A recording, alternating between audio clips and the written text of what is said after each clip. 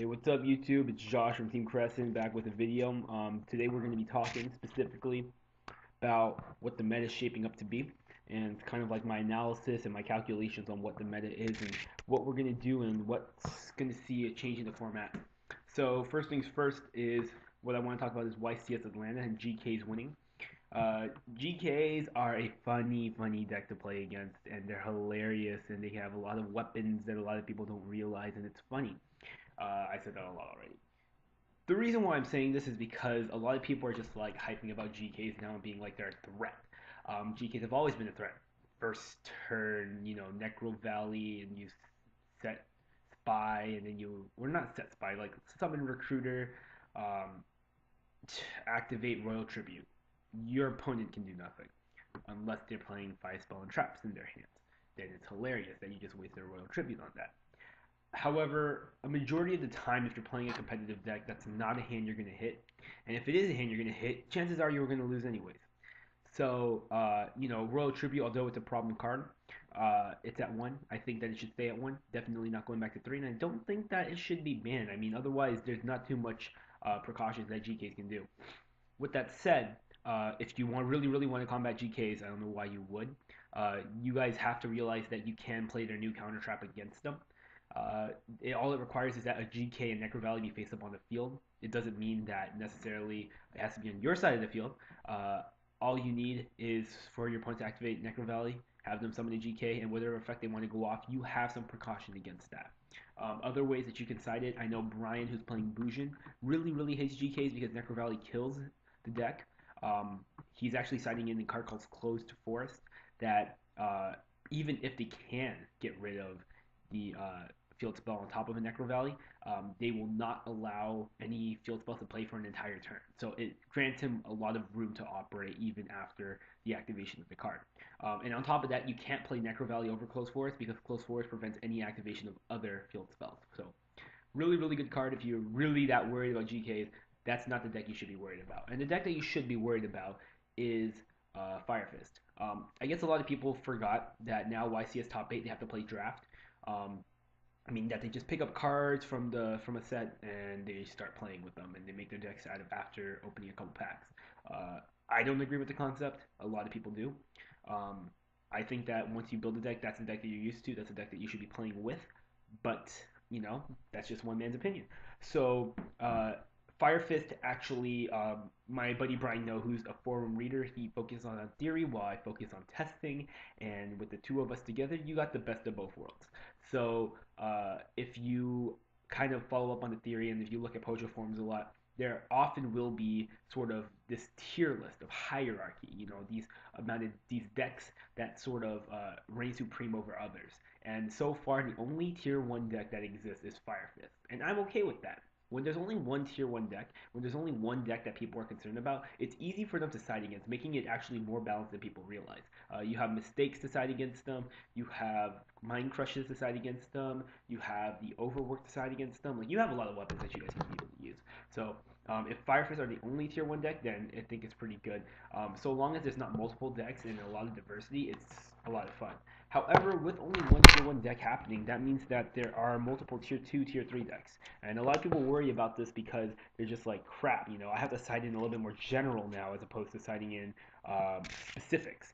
Although that's true, I think that that's a sign that the game's actually getting better. The fact that you're not really knowing what to side against because you don't know what you're going to hit aside from the big deck is a sign to just say that, like, hey, we're calming down a little bit.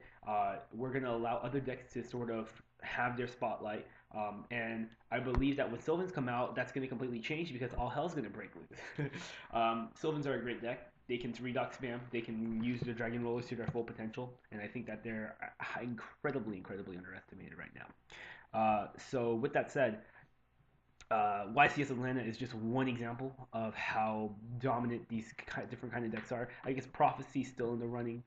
Prophecies have become an increasingly easier deck to beat, but with the right player and the right pilot, it becomes very hard to combat against a Prophecy deck.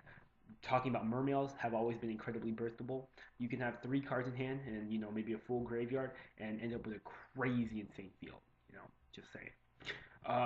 You could. There's a lot of stuff that people don't really take into consideration, and I guess like when it comes down to it, the only thing you can look towards are the events, and you sort of just have to start thinking about the future. So, what's the future going to dictate? Like, I think that Fire Fists are still going to be in the running for the top. I believe that Sylvan Rulers are going to be something insane, insane, insane. If you guys haven't already know about this, go ahead and check out Vexicus4666 and check out a couple of his speed runs with the Sylvan Ruler deck.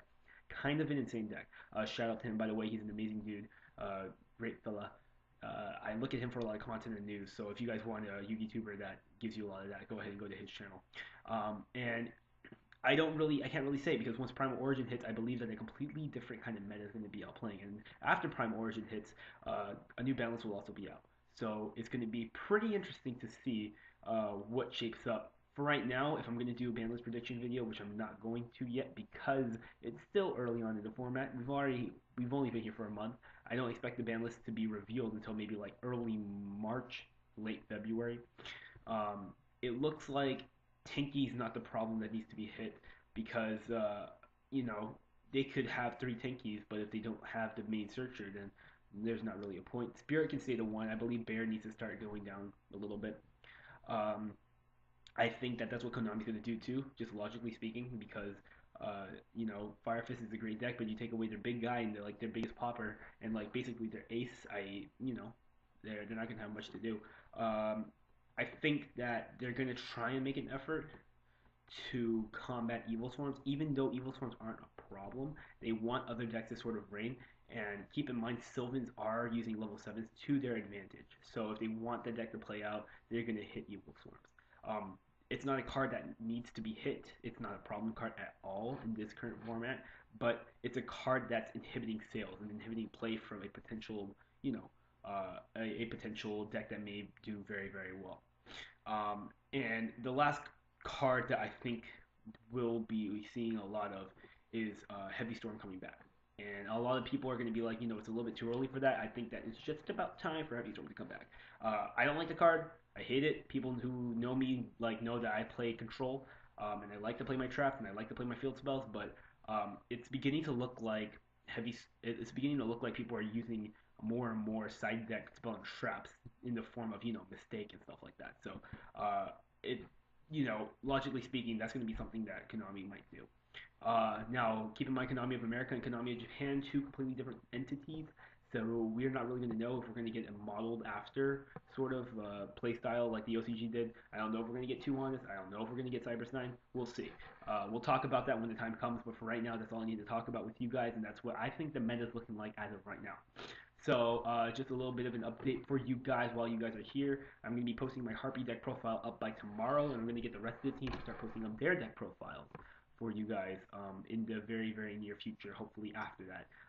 Decks that you guys should note are my Harpies, Johnny's Fire Fist 3.5, Madult Jays from Beezing, Bujins, Post Legacy of the Valiant from Brian, Fire King, Skill Drain Fire Kings from Alex, Yurgia Kayakuris from Alex, Light Sworn Dragons from Danny, although you're going to see two different deck profiles from that because one will be post pre-Michael, Raiden, all that good shit, and one will be post all of that crazy shenanigan stuff.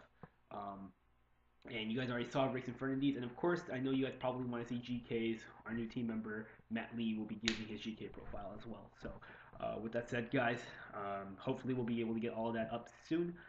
Kind of a long video. Hopefully you guys didn't mind me rambling on a little bit, just my thoughts on what the meta is going to be.